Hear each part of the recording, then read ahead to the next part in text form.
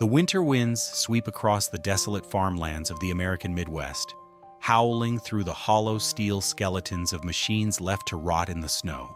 They sit motionless, half buried in the freezing earth, monuments of rust that were once heralded as the saviors of modern agriculture. Decades ago, these iron beasts deafened the fields with their roar, replacing flesh and blood with unstoppable mechanical power. At its zenith in the early 1920s, the Fordson tractor was an absolute titan, commanding a staggering 70% of the American market. It was an industrial miracle born from the chaos of a world war, designed to feed a starving world and liberate the exhausted farmer from the grueling labor of animal traction.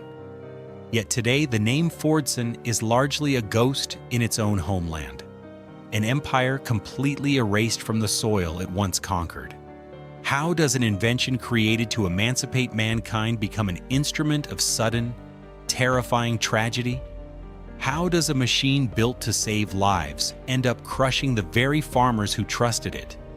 And why did one of history's greatest industrialists, stubbornly entrenched in his own pride, choose to watch his agricultural empire collapse into exile rather than correct a fatal, deadly flaw? Step into the deafening roar of the historic Rouge plant and walk across the silent, unforgiving fields. This is the story of the iron horse that revolutionized the world. This is the timeline of an unprecedented ascent, a terrifying mechanical betrayal, and the ultimate tragic fall of the Fordson Empire. To understand the birth of the Fordson tractor, one must first look at the unforgiving dirt of a 19th-century American farm. In the late 1800s, agriculture was not a mechanized industry. It was a grueling, bone-breaking war of attrition against the earth. The primary engine of this war was blood, muscle, and breath. Draft horses and mules were the literal lifeblood of the harvest, yet they were inherently flawed machines. They required immense amounts of food, taking up millions of acres of farmland, just to sustain themselves. They tired, they fell ill, and under the relentless summer sun, they collapsed and died in the fields. It was an era defined by agonizing physical limits. On a modest farm in Dearborn, Michigan, a young boy named Henry Ford watched this brutal cycle play out day after day, year after year. William Ford, his father, expected him to inherit the land and the backbreaking labor that came with it. But young Henry fundamentally despised the work. He felt no romantic connection to the plow or the soil. Instead, he saw staggering inefficiency. He saw a daily tragedy of human and animal suffering. While other farm boys learned to read the changing of the seasons, Ford learned to read gears, levers, and the latent energy hidden within metal. He held a deep, unshakable conviction that there had to be a way to lift the ancient curse of farm labor off the shoulders of flesh and place it onto a machine of steel. The initial revelation did not come from a horse, but from a mechanical monster. As a teenager, Ford witnessed a steam-powered traction engine lumbering down a rural dirt road. It was a massive, terrifying behemoth, incredibly heavy, dreadfully slow, and notoriously dangerous, prone to boiler explosions that could level a nearby barn. These steam tractors were used primarily for stationary threshing power.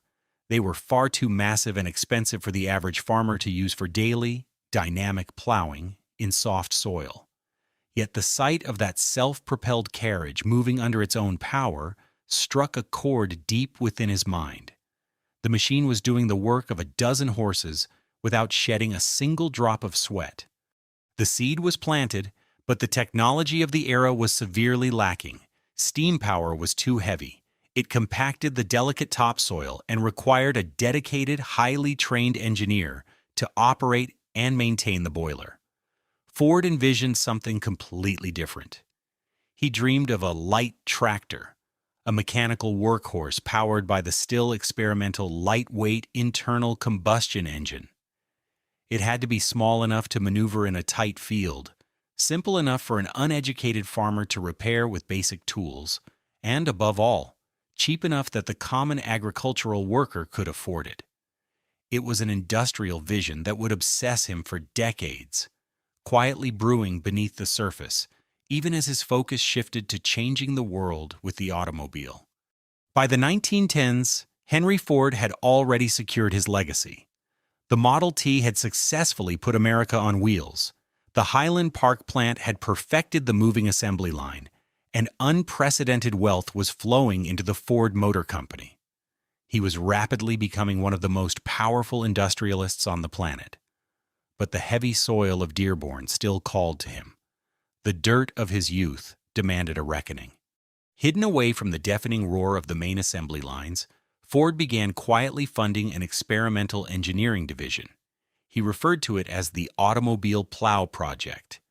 His engineers, operating under strict secrecy, began welding and bolting together strange, Frankenstein-like prototypes. They cannibalized Model T radiators, steering wheels, and four-cylinder engines, attaching them to heavy, cleated iron wheels. These early experimental machines were ungainly, underpowered, and prone to severe overheating. They dug themselves into the thick Michigan mud, stalled out, and broke down constantly. But Ford was relentless. He poured thousands of dollars into the dirt, testing the machines relentlessly on his own private estate. He knew the internal combustion engine had successfully conquered the American road. Now it was time for it to conquer the field. However, building a revolutionary machine requires more than just obsessive engineering. It requires massive capital, and corporate capital often comes with chains. While Ford held the majority of shares in the Ford Motor Company, he was not the absolute owner. Among his minority shareholders were John and Horace Dodge, the brilliant and ruthless brothers who manufactured many of the vital mechanical components for the Model T. The Dodge brothers watched Ford's agricultural experiments with mounting frustration and anger. They were pragmatic businessmen, not rural idealists. They saw the automobile plow as a foolish vanity project, a reckless drain on the company's massive financial reserves. In 1916, the corporate tension finally snapped. Ford announced that he would stop paying massive special dividends to shareholders, intending instead to reinvest those millions into expanding production, dramatically lowering the price of the Model T, and building a colossal new industrial complex at the Rouge River specifically to manufacture his beloved tractor. The Dodge brothers sued. The legal battle that followed was vicious and historic, stripping bare the fundamental philosophy of American capitalism. The court ultimately ruled in favor of the Dodges, declaring that a business corporation is organized primarily for the financial profit of its stockholders, not for the charitable benefit of the public or the personal, agrarian dreams of its founder. By judicial decree, Ford was legally barred from using Ford Motor Company funds to build his tractor. It was a humiliating public defeat, a legal blockade that would have permanently ended the ambitions of a lesser man. But Henry Ford's pride was as rigid and unyielding as cast iron. If the Ford Motor Company could not build his machine, he would simply bypass them and build an entirely new empire. In a masterstroke of corporate maneuvering, Ford laid the groundwork to sever his agricultural dreams from his automotive reality.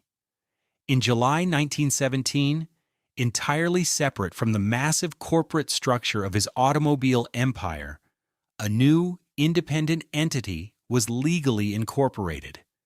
It was a company free from the meddling of dissenting shareholders, completely free from the legal grip of the Dodge brothers, and dedicated solely to the total mechanization of global agriculture.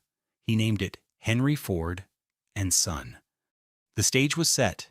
The legal chains were broken. The automobile plow was no longer just a backyard experiment. It was about to become the most important agricultural weapon in the world, just as the world itself was about to tear itself apart in the trenches of Europe. By the spring of 1917, the battlefields of Europe had devolved into a meat grinder of unprecedented scale. The First World War was no longer a conflict of rapid cavalry charges and tactical maneuvering. It had sunk deep into the freezing, corpse-riddled mud of the trenches. It was a war of total attrition, and that attrition extended far beyond the front lines. The conflict was silently bleeding the civilian populations dry, particularly in Great Britain. The British Empire was facing a catastrophic agricultural crisis. For generations, the English countryside had relied on immense populations of heavy draft horses to till the soil.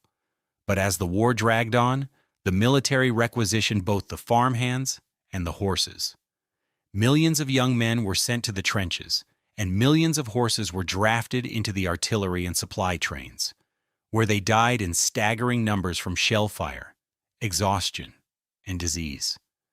The fields back home were left barren, silent, and unplowed. Compounding this disaster was the relentless German U-boat blockade. German submarines were torpedoing merchant vessels across the Atlantic, cutting off vital grain shipments from North America. By early 1917, the British government quietly realized a horrifying truth. The nation was only a few weeks away from total famine. They did not just need weapons, they desperately needed calories. They needed a way to break the unyielding soil with a fraction of the workforce they once had. They needed mechanical salvation. And they needed it immediately. Across the Atlantic, Henry Ford had just legally severed his tractor operations from the Ford Motor Company, forming Henry Ford and Son. His automobile plow prototypes had been undergoing rigorous testing, and British agricultural officials, desperate for any viable solution, had observed these early machines. In a moment where history, desperation, and industrial ambition collided, the British Ministry of Munitions reached out directly to Dearborn. They did not ask for a few test units. They issued a frantic, monumental plea. They needed thousands of tractors, produced and shipped at a speed that defied the limits of contemporary manufacturing. For Ford, it was the ultimate vindication. The machine that his former shareholders had dismissed as a foolish vanity project was now being called upon to save an entire empire from starvation. Ford accepted the challenge. The personal agrarian dream of a farm boy from Michigan instantly transformed into a geopolitical weapon of survival. To fulfill this impossible order, the scattered prototypes had to be refined into a singular, mass-producible Titan. The result was the Fordson Model F. The Model F was an absolute marvel of industrial engineering, entirely rewriting the rules of how a tractor should be built. Prior to the Fordson, tractors were built like early railway cars, a heavy engine bolted onto a massive, separate steel ladder frame. This made them incredibly heavy, expensive, and complex. Ford's engineers threw out the frame entirely. They designed a revolutionary unit frame construction. The cast-iron engine block, the gearbox, and the rear axle housing were heavily reinforced and bolted directly to one another, forming the rigid spine of the machine itself. This brutal, minimalist design stripped away hundreds of pounds of unnecessary steel. The Fordson Model F weighed only about 2,500 pounds, a fraction of the weight of the monstrous steam traction engines of the previous decade. It was powered by a rugged four-cylinder internal combustion engine that ran on kerosene, a cheap and readily available fuel. It utilized a revolutionary enclosed drivetrain, protecting the delicate gears from the suffocating dust and abrasive grit of the fields. It was small, agile, and terrifyingly loud. It was a machine stripped of all aesthetic grace, built purely for relentless, unforgiving utility. But designing the machine was only half the battle. Manufacturing it under the crushing weight of wartime deadlines was a logistical nightmare. The early production facilities in Dearborn were pushed beyond their absolute limits. Ford applied the ruthless, synchronized logic of his automobile assembly lines to the production of heavy agricultural machinery. Men worked in grueling, deafening shifts, pouring molten iron into sand molds, machining heavy gears, and bolting together the heavy iron castings. The air inside the plants was thick with the smell of burning oil, ozone, and sweat. The factory was no longer just a place of business. It had become a living, breathing, roaring beast, consuming raw steel and spitting out mechanical horses at an unprecedented rate. Despite the chaotic pace, material shortages, and the constant threat of U-boat attacks on the shipping convoys, Ford delivered. Throughout 1917 and 1918, over 6,000 Fordson tractors were loaded onto freighters and sent across the perilous Atlantic to the shores of Great Britain. When the Model F arrived on English soil, it was deployed like a mechanized army. Operated often by the Women's Land Army, women who had stepped in to replace the men sent to the front, these small gray machines tore into the hardened English earth. They worked day and night, their kerosene engines glowing in the dark, shattering the quiet of the countryside. A single Fordson could plow in a day what would take a team of horses a week to accomplish. The impact was immediate and profound. The mechanized offensive succeeded. The British harvest of 1918 was saved, starvation was averted, and the Fordson had proven itself under the most extreme conditions imaginable. It had literally kept an empire alive. When the armistice was finally signed in November 1918, the guns of Europe fell silent. The desperate wartime demand abruptly evaporated. But in Dearborn, the massive industrial apparatus that Henry Ford had built to supply the war effort was still running at full speed. The fires of the foundries were burning hotter than ever, and the assembly lines were primed for mass production on a scale the agricultural world had never seen. The Fordson had conquered the mud of a starving Europe. Now, with the war over, the Iron Horse turned its unblinking, mechanical gaze back toward the vast, untamed farmlands of the American homeland. The true invasion was about to begin. In 1919, the First World War finally ended, but the massive industrial machinery of war rarely stops. It merely recalibrates to find a new target. For Henry Ford, that target was the vast, unbroken expanse of the American frontier. The Fordson Model F had already proven its raw, utilitarian value in the desperate, muddy fields of Europe. Yet the domestic market presented an entirely different beast. American agriculture was a colossal, highly fragmented industry, deeply entrenched in centuries-old traditions, and still almost entirely reliant on millions of draft horses and mules. To conquer this stubborn market, Ford knew he needed more than just a functional machine. He needed to unleash a wave of overwhelming, unprecedented manufacturing scale. He built that scale on the banks of the Rouge River in Dearborn, Michigan. The Rouge plant was not merely a factory, it was a sprawling, terrifyingly efficient industrial leviathan. It was designed as an autonomous city of steel, fire, and smoke, capable of absorbing raw iron ore from freighters at one end and spitting out fully assembled tractors at the other. The moving assembly line, the very concept that had revolutionized the world during the Model T era, was now adapted for heavy agricultural machinery with ruthless precision. At the height of this mechanical frenzy, a brand new Fordson tractor rolled off the assembly line every few minutes. The sky above Dearborn was perpetually stained with the heavy, dark soot of immense foundries, a constant visual reminder of the empire's power. But production volume alone could not break the American farmer's bond with the horse. The true, irresistible weapon was price. When the Fordson first hit the domestic market, it was priced at a relatively modest $750. However, by 1922, applying his philosophy of aggressive cost-cutting through mass production, Ford slashed the price down to an astonishing $395.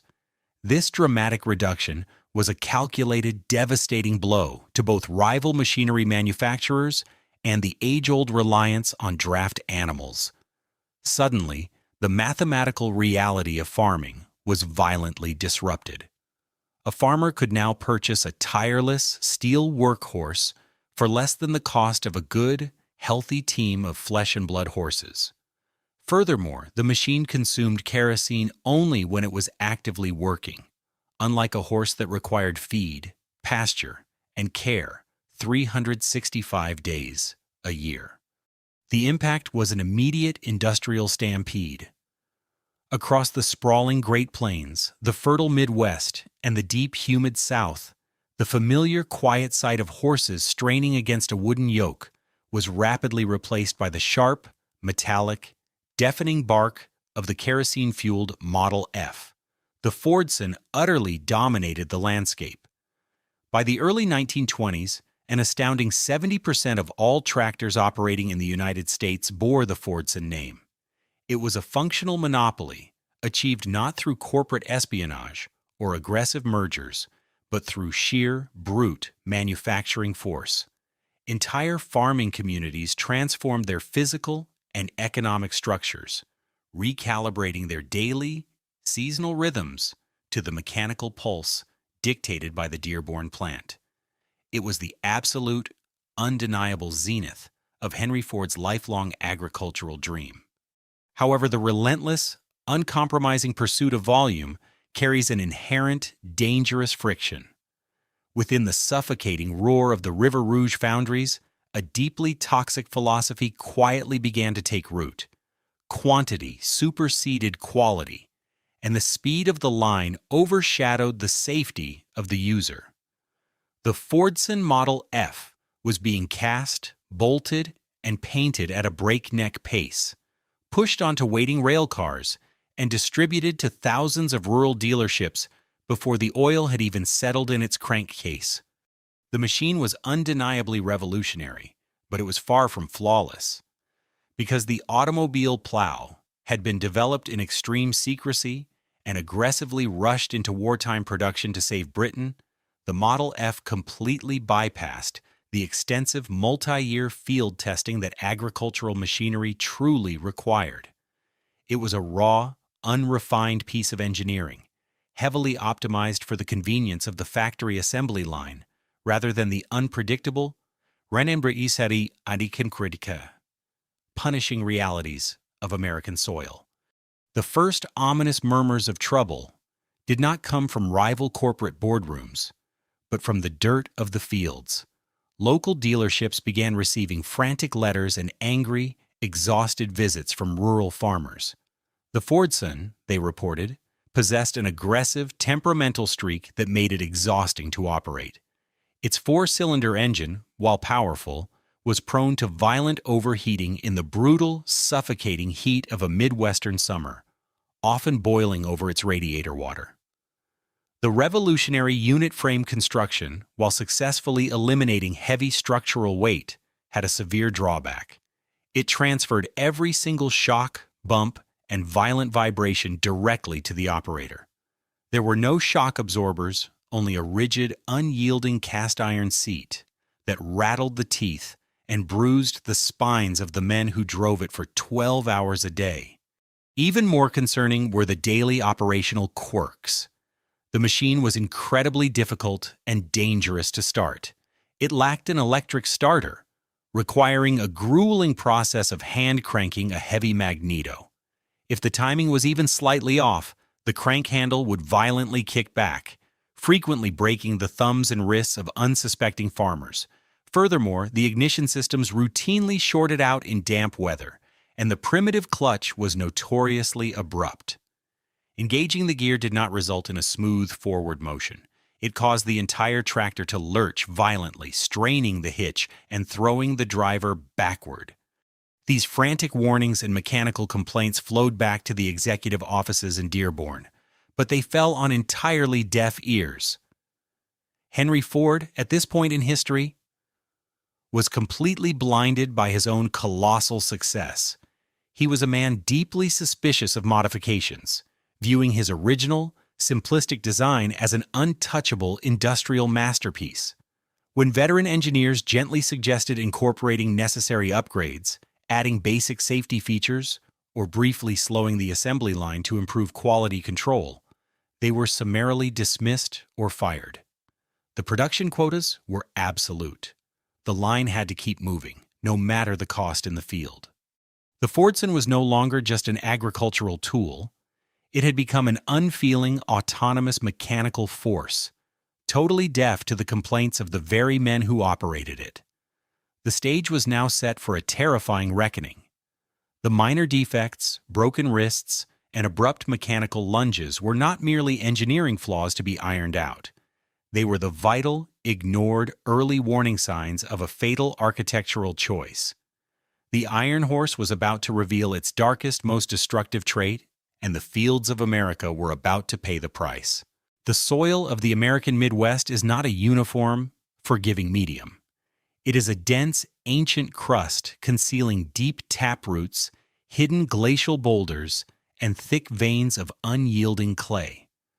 For centuries, a team of draft horses pulling a steel plow possessed a natural biological feedback loop.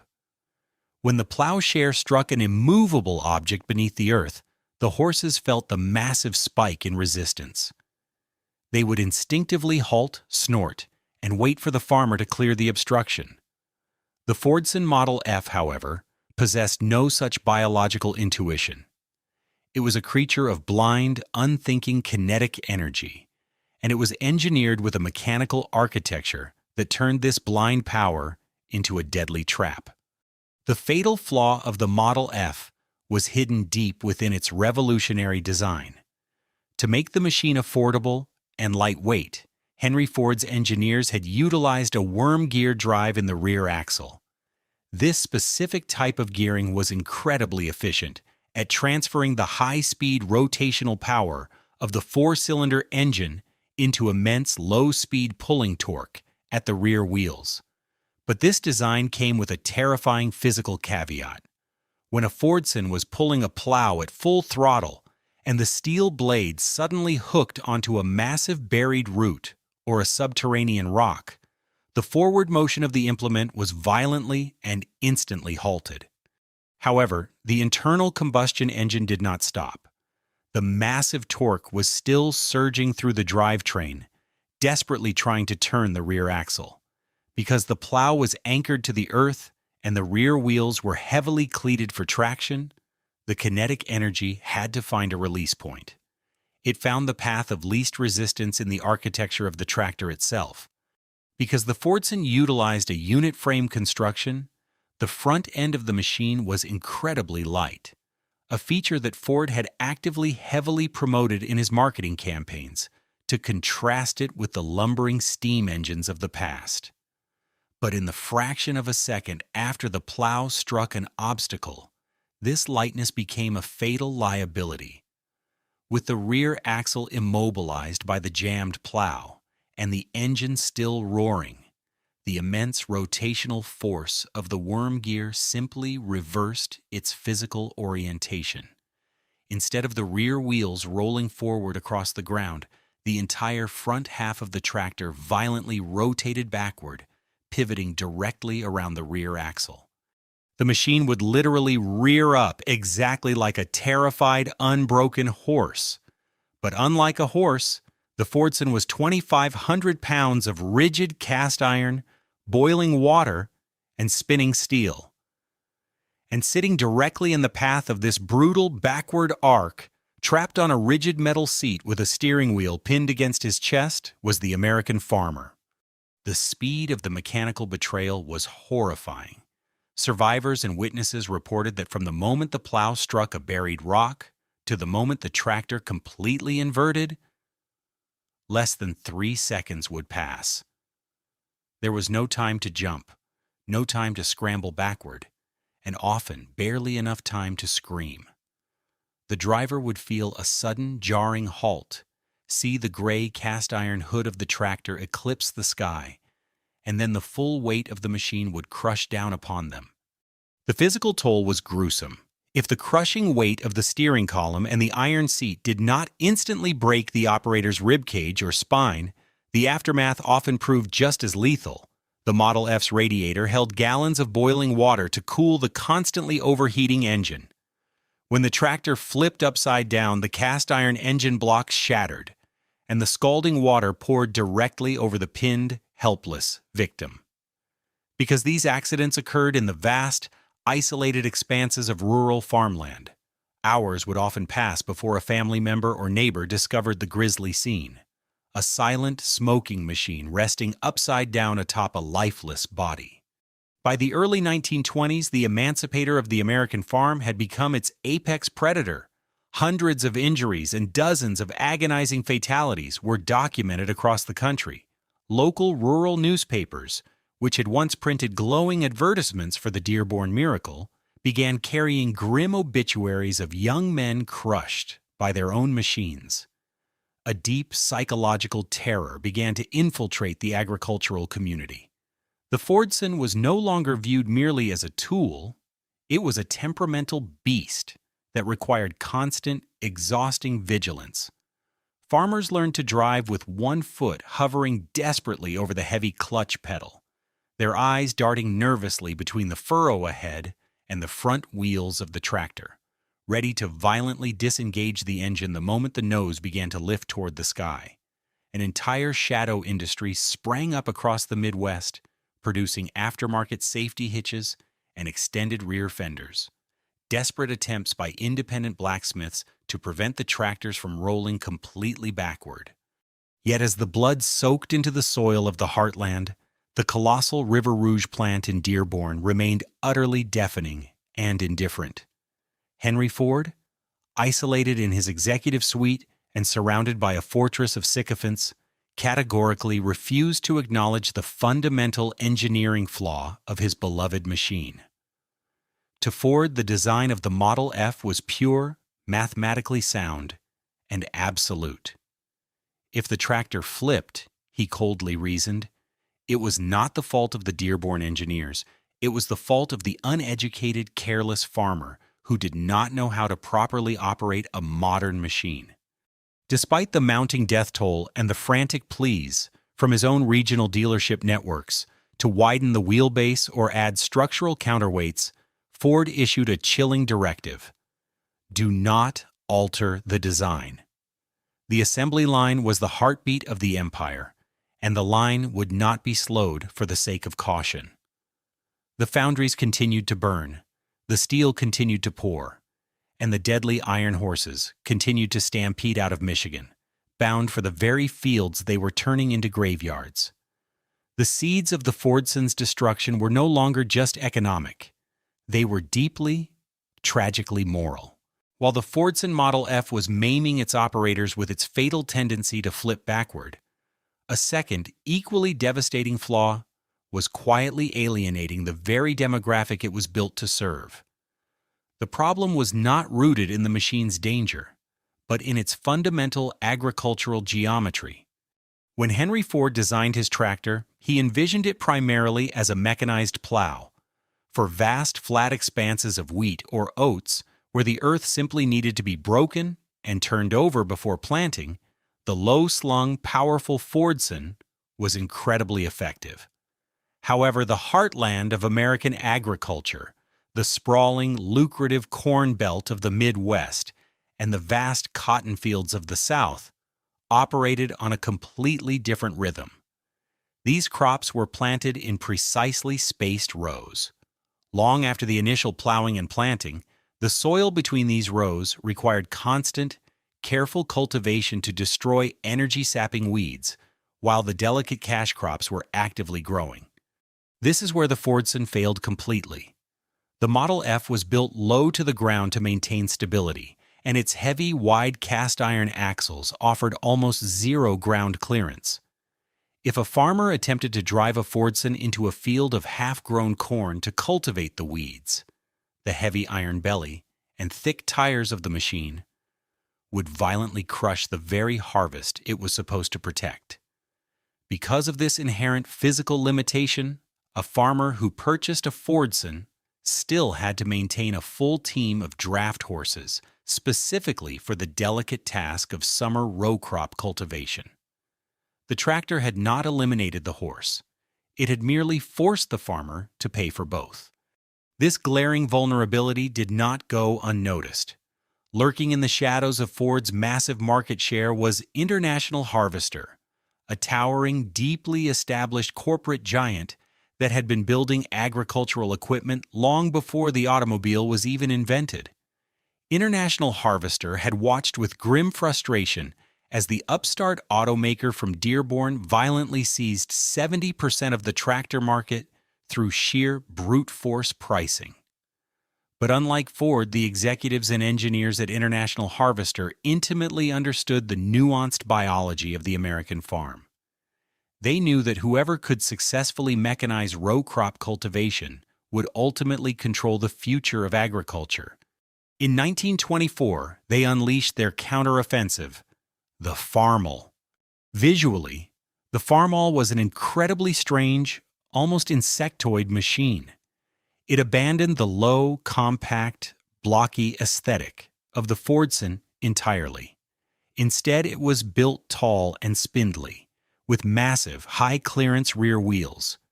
Most radically, its front wheels were pushed tightly together, creating a narrow, tricycle-like steering profile. It looked awkward and fragile compared to the heavy cast-iron bulk of the Model F. But this bizarre geometry was a stroke of absolute agricultural genius. The tricycle front end could easily navigate between tight rows of crops, while the high rear axles passed cleanly over the growing plants without touching them. For the first time in history, a single machine could plow the heavy earth in the spring, cultivate the delicate rows in the summer, and power the harvesting equipment in the autumn. The Farmall was the true, complete replacement for the draft horse, and it immediately rendered the Fordson's low-slung, single-purpose architecture obsolete. The arrival of the Farmall sent a shockwave through the rural American economy. Farmers who had spent years fighting the overheating engines, the bone-jarring ride, and the terrifying, deadly rearing of the Fordson Model F suddenly saw a lifeline.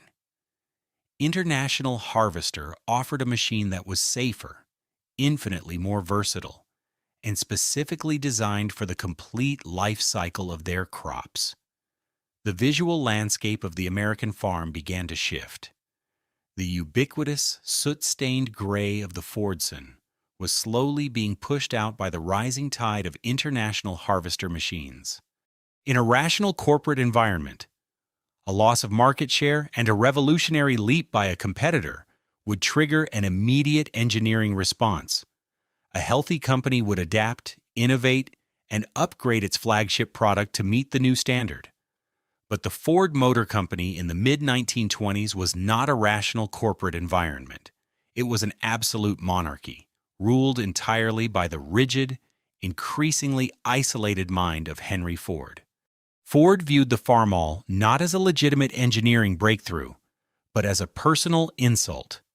He was a man who had built one of the greatest empires in human history on the philosophy of the static, unchanging product. He genuinely believed that the Model T automobile and the Model F tractor were the ultimate perfected forms of mechanical transportation and agricultural power. To change them was to admit defeat.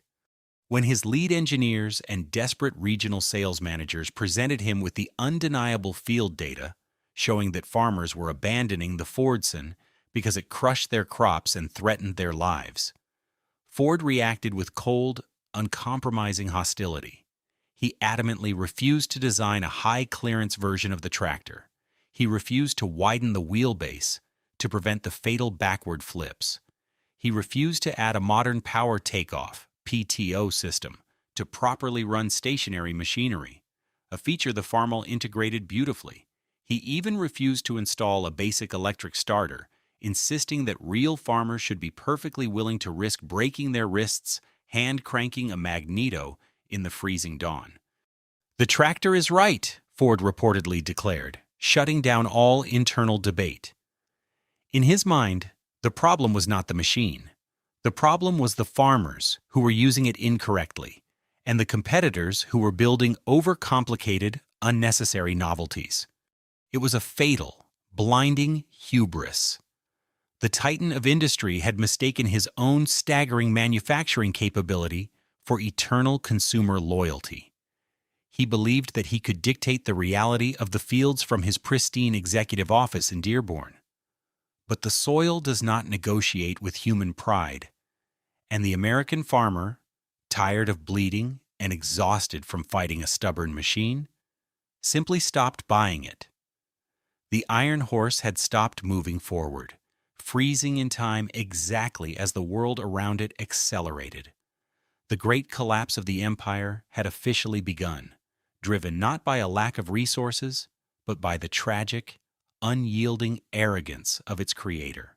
While the cities of America roared through the 1920s on a wave of unprecedented industrial wealth and jazz-age excess, a silent, suffocating depression was strangling the rural heartland. The hyperinflated agricultural demand of the First World War had vanished entirely, leaving behind a saturated global market. European fields had recovered, and American crop prices went into a devastating freefall. Wheat and corn that once commanded premium wartime prices were suddenly practically worthless. Farmers who had taken on heavy debt to expand their acreage during the boom years found themselves drowning in an ocean of red ink. In this bleak economic landscape, capital expenditures came to a grinding halt. A farmer fighting a daily battle against foreclosure was not going to buy a new tractor, let alone a machine with a reputation for crushing crops and breaking spines. In the executive offices of the River Rouge plant, Henry Ford faced a terrifying reality. The sales of his beloved Fordson Model F were plummeting.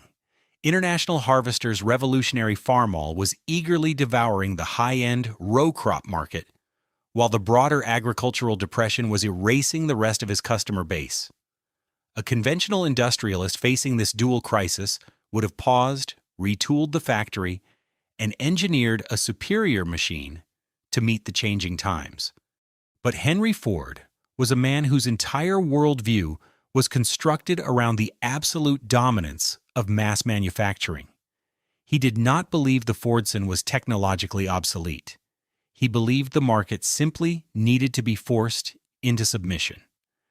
Instead of competing on engineering and safety, Ford chose to weaponize his colossal manufacturing scale.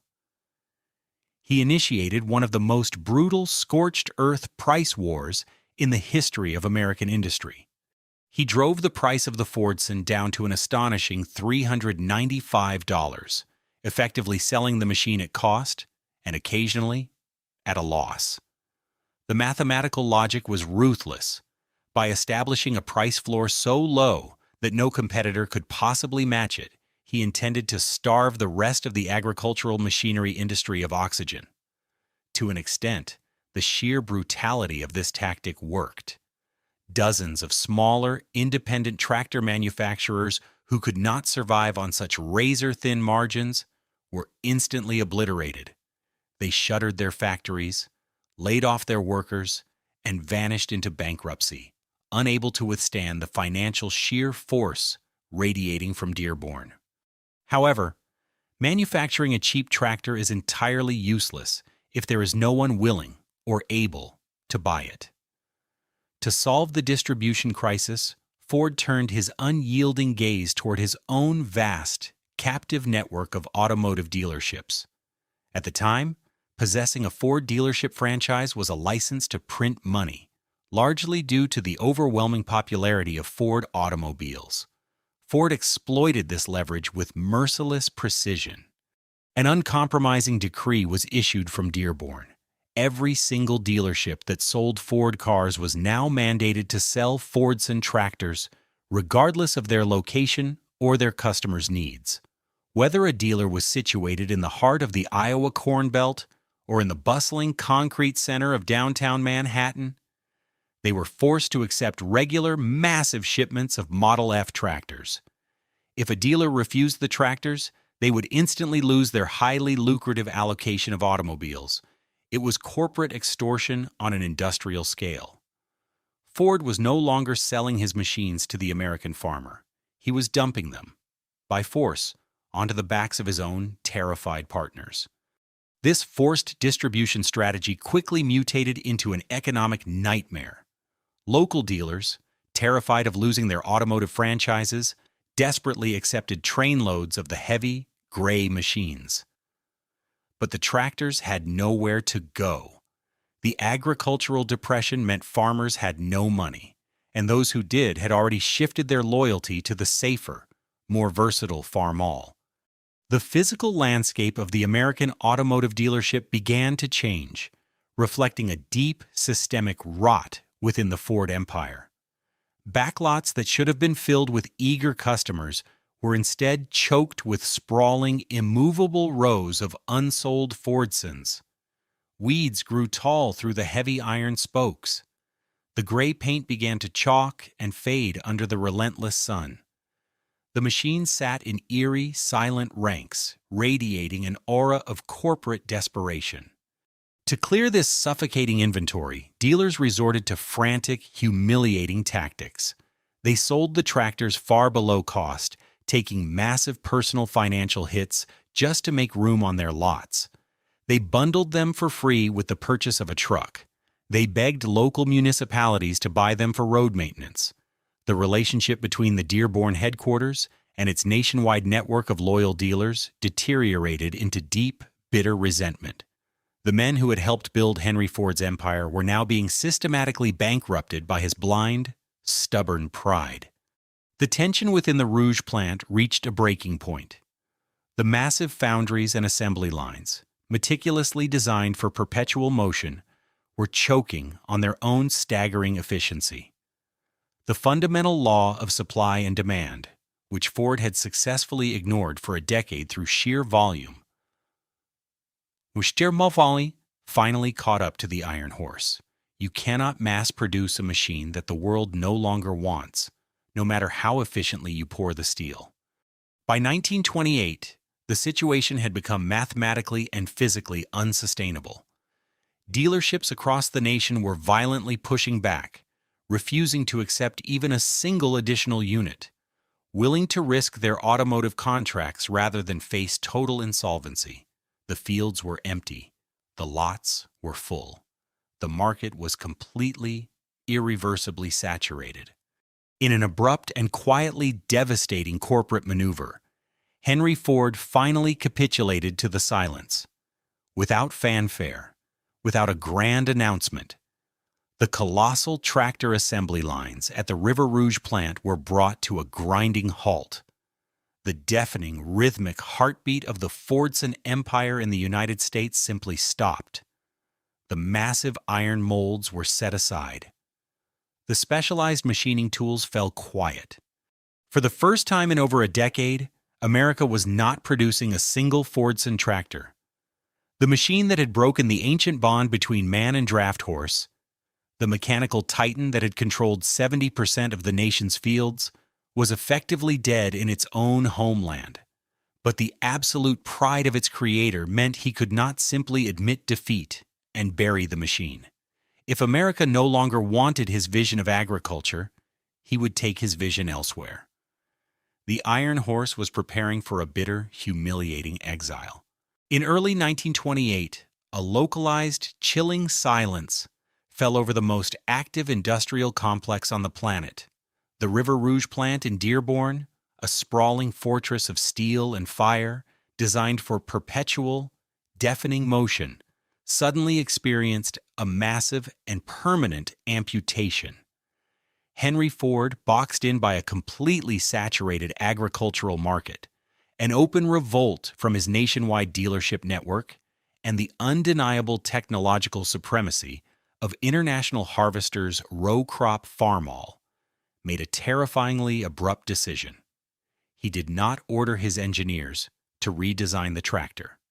He did not apologize for the injuries, the crop damage, or the financial ruin of his dealers. Instead, with a single, uncompromising executive order, he simply pulled the plug. all domestic production of the Fordson Model F in the United States was permanently and immediately suspended. The physical impact within the Rouge plant was profound and immediate.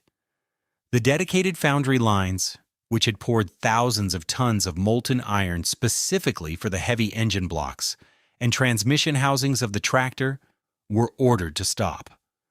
The miles of specialized conveyor chains that had carried the gray chassis through the assembly process ground to a halt. Thousands of workers, men who had spent years mastering the brutal, synchronized rhythm of assembling the iron horse, found themselves suddenly displaced. While many were absorbed into the rapidly expanding automotive divisions to build the new Model A, the specialized agricultural soul of the factory was violently excised. The towering stamping presses and heavy machining tools used for the Fordson were aggressively unbolted and dragged away, leaving vast empty chasms on the factory floor. But the deepest, most echoing silence fell over the American heartland. For over a decade, the sharp, rattling bark of the Fordson had been the inescapable soundtrack of the American harvest. It was a ubiquitous presence, a shared mechanical experience that bound millions of rural families together, for better or worse. Now, the supply chain was instantly severed. Dealerships that had spent years begging Dearborn to stop sending them unwanted tractors suddenly woke up to find they had absolutely nothing left to sell. In the massive vacuum created by Ford's abrupt and total retreat, competitors surged forward with ruthless efficiency. John Deere, Alice Chalmers, and the unstoppable Farmall swept across the plains, eagerly capturing the massive market share that Ford had simply abandoned out of pure stubbornness. The psychological whiplash for the American farmer was severe. The undisputed king of the American dirt, the company that had sworn to mechanically liberate the agricultural class, had quietly abdicated its throne, leaving behind hundreds of thousands of orphan machines that would slowly begin to wear out, break down, and fade into obsolescence, with no domestic replacement in sight. Yet the Fordson empire was not entirely dead. It was merely banished. Henry Ford's absolute, unwavering pride meant he could never publicly admit defeat in the agricultural sector. If the American farmer no longer wanted his unchanged, unyielding machine, he would simply take his vision of mechanized farming elsewhere. In one of the most massive and bizarre corporate exiles in industrial history, Ford ordered the relocation of the entire agricultural manufacturing apparatus across the Atlantic Ocean. The immense machining tools, the heavy cast iron molds, the specialized jigs, and the assembly line equipment were ripped from the concrete floor of Dearborn, packed into massive wooden shipping crates, and loaded into the dark holds of ocean freighters. Their destination was Cork, Ireland, the ancestral homeland of Henry's father, William Ford. This relocation was a decision driven heavily by sentimental vanity, rather than sharp logistical or economic logic. Ford had constructed a new, state-of-the-art tractor plant in Cork, intending to bring modern industrial salvation to his family's native soil. In 1929, the production lines roared back to life, and the manufacturing of the Fordson resumed on foreign shores. However, the geographic and economic realities of this exile were incredibly harsh. The local supply chains in Ireland were fragile and entirely unequipped to handle the colossal raw material demands of Ford's mass production methods. Furthermore, the logistics of exporting heavy, fully assembled tractors from the southern coast of Ireland back to the global market, or even into the agricultural heartlands of mainland Europe, proved disastrously inefficient and astronomically expensive. The Cork experiment struggled to maintain momentum. Within just a few years, the merciless reality of the balance sheet forced yet another massive migration. In 1933, the entire Fordson tractor operation was uprooted once again and shifted to a colossal new industrial complex in Dagenham, England. Here, situated on the foggy, heavily industrialized banks of the River Thames, the exiled Iron Horse finally found a stable, long-term sanctuary. Because Dagenham operated an ocean away from the stubborn, micromanaging oversight of Henry Ford and Dearborn, the British engineers were finally allowed to breathe, think, and evolve. They quietly began to implement the critical upgrades that had been so violently rejected in America.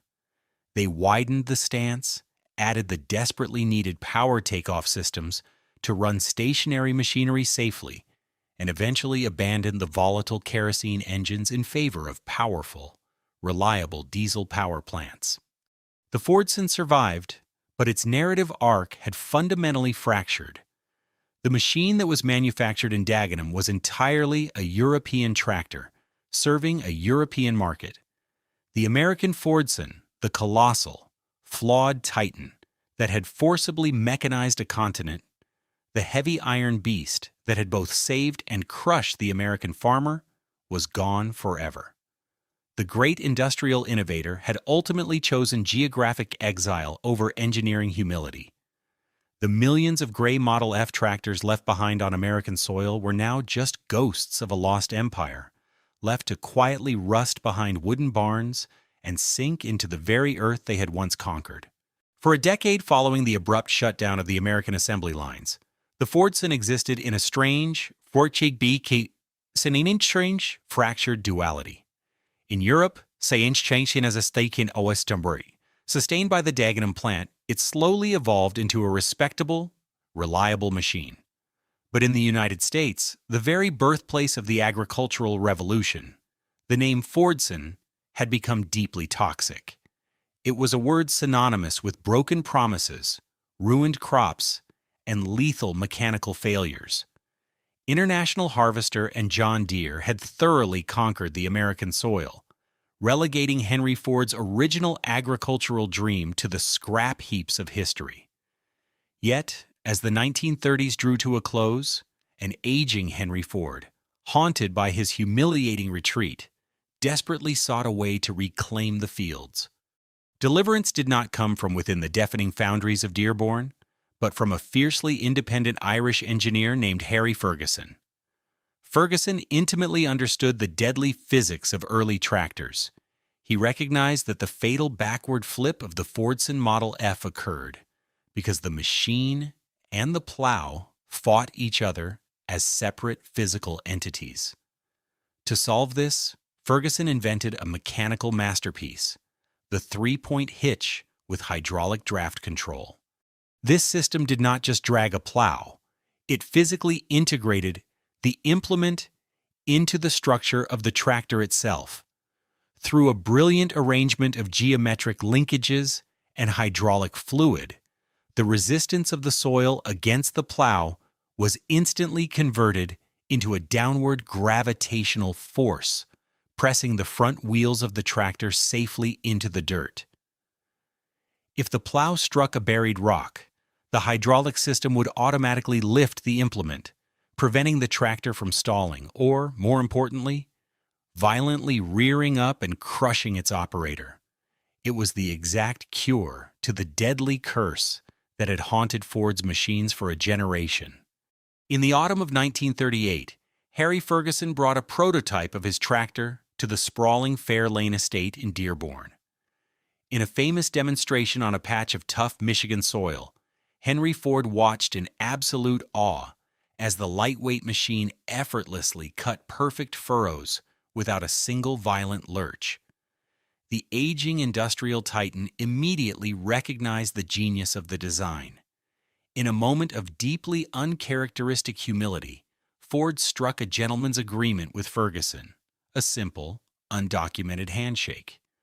Ford would utilize his colossal manufacturing empire to mass-produce the machine, and Ferguson would retain control of the engineering and sales.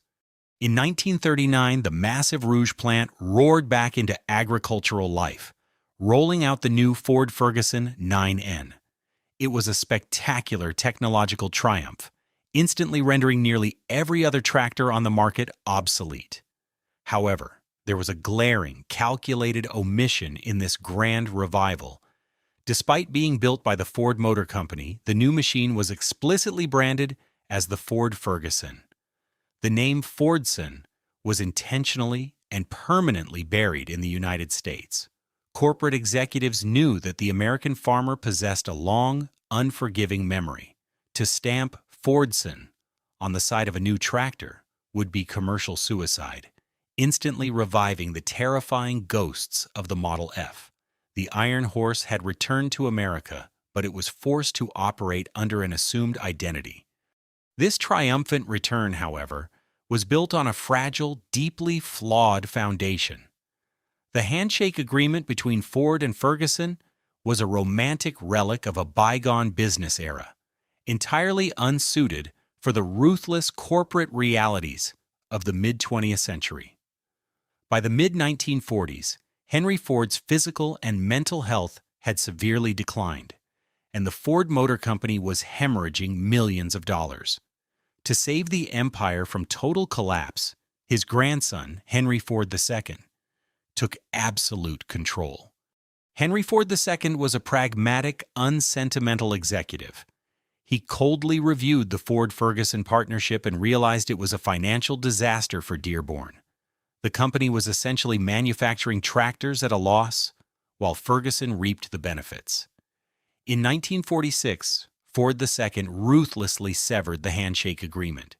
He created a new subsidiary, integrated Ferguson's revolutionary hydraulic system directly into Ford's own proprietary designs, and completely locked the Irish engineer out of the American market.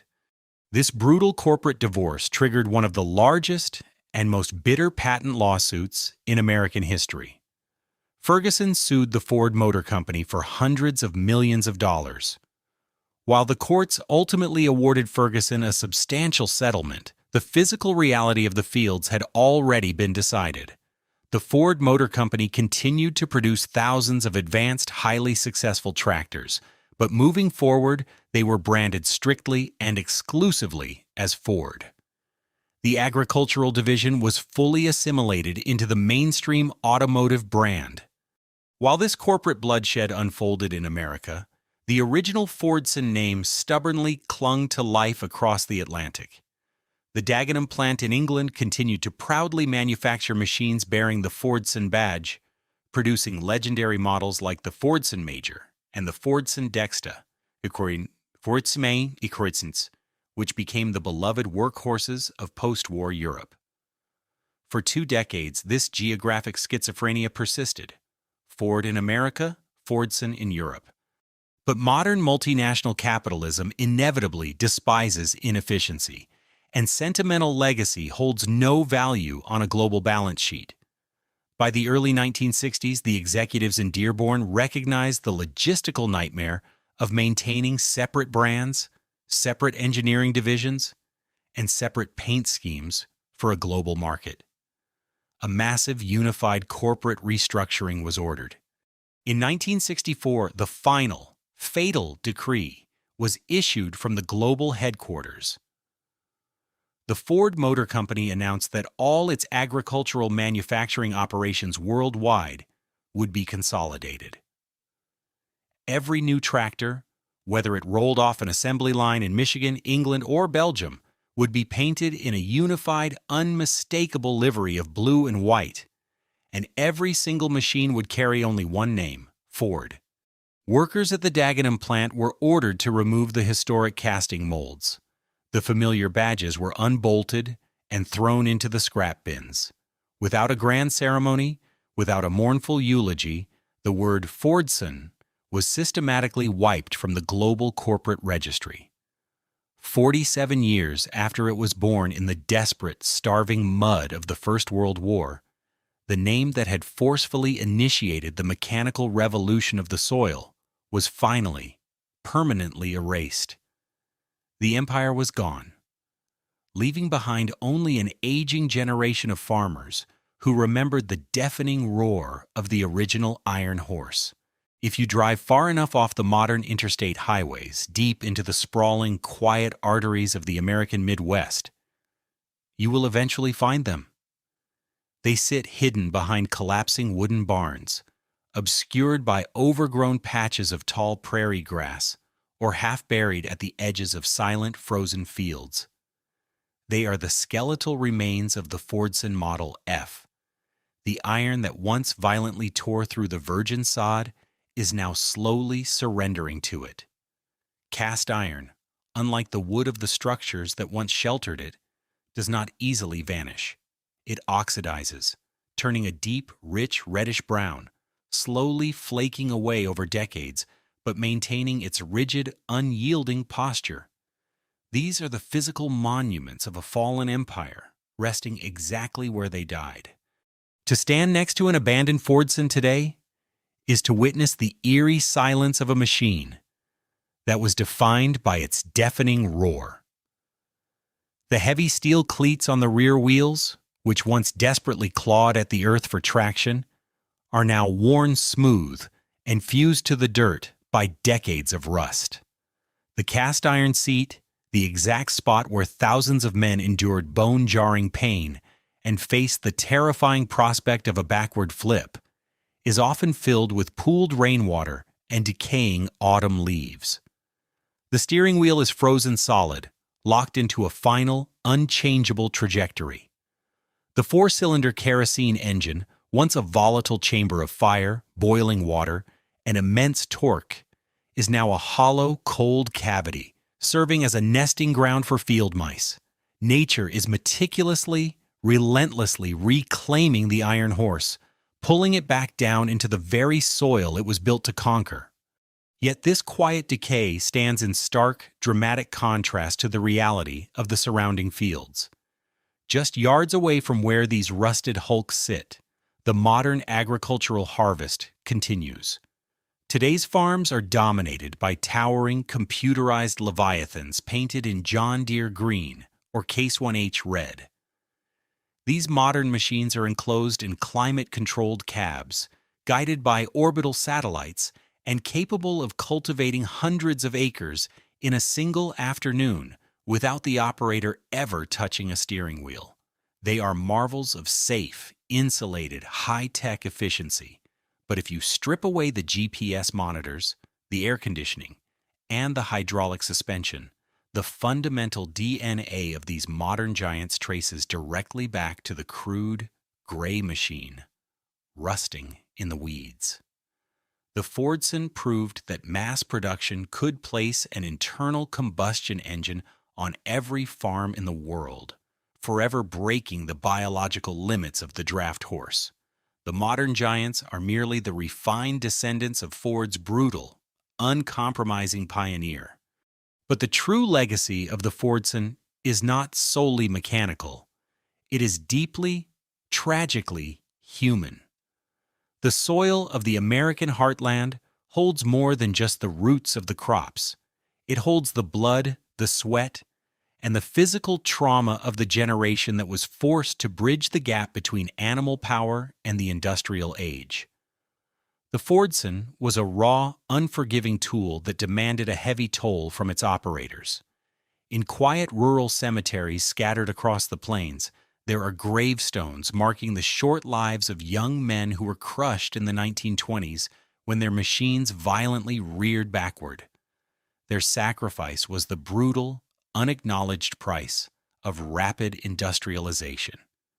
The tractor did not care about the exhaustion of the farmer, the heat of the summer, or the safety of the human spine.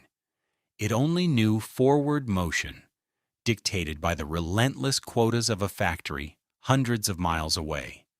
In Dearborn, the colossal Rouge plant still stands, continuing to produce vehicles for the modern world, but the original specialized foundries that birthed the Fordson, the deafening epicenters of Henry Ford's agricultural dream, are long gone.